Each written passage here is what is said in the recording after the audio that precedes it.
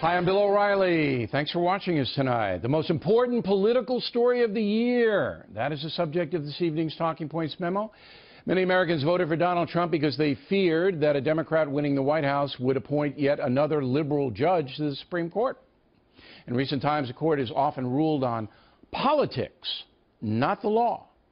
Many Americans feared that, including this one.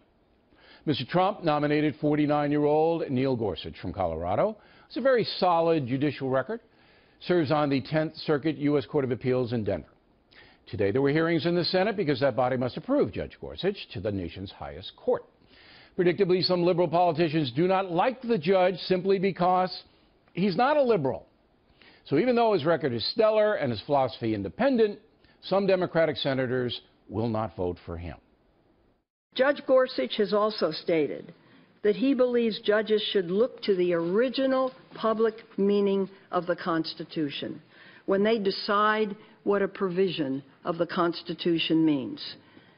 This is personal, but I find this originalist judicial philosophy to be really troubling. I firmly believe the American Constitution is a living document intended to evolve as our country evolves. Senator Feinstein should know better. If judges are free to rule on judicial evolution, that means they become politicians. All judges in America should have just one rule. What was the intent of the original Constitution?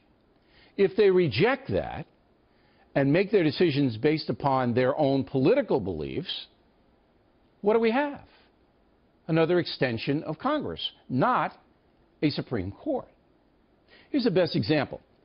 There's no question the Constitution gives the president the power to stop some foreign nationals from coming to the USA. There's no question about it. But activist judges have blocked President Trump's travel order, saying in essence it's anti-Muslim. Well, if that were the case, Muslims from Egypt, Saudi Arabia, Pakistan, and other countries would be included in the president's order, but they're not. So everybody knows, every fair-minded person, that politics, not the law, is involved here. And eventually the president will win in federal court, take it to the bank. But the activist judges don't care. They have temporarily blocked the order and are liberal heroes. As for Judge Gorsuch, it looks like he's a traditional man who believes the intent of the Constitution should reign. Again, that seems to be unacceptable to Senator Feinstein and others because they want a judge to be political. They want a liberal judge. Finally, the best example of constitutional debate is the Second Amendment, the right to bear arms. It's clear the Founding Fathers wanted Americans to have the ability to protect themselves. Back then, militias were the mechanism. Private citizens with guns organizing against threats. Today, those threats are more personal. Terrorists and criminals, not frontier marauders. Americans have a constitutional right to defend themselves against those who would harm them. That's why firearms cannot be banned, but they can be limited. You can't have a bazooka or a hand grenade. That's reasonable. Public safety is involved, and individual states have the right to mandate gun laws based upon the wishes of their people. But the left rejects that, and in some cases wants to ban guns outright.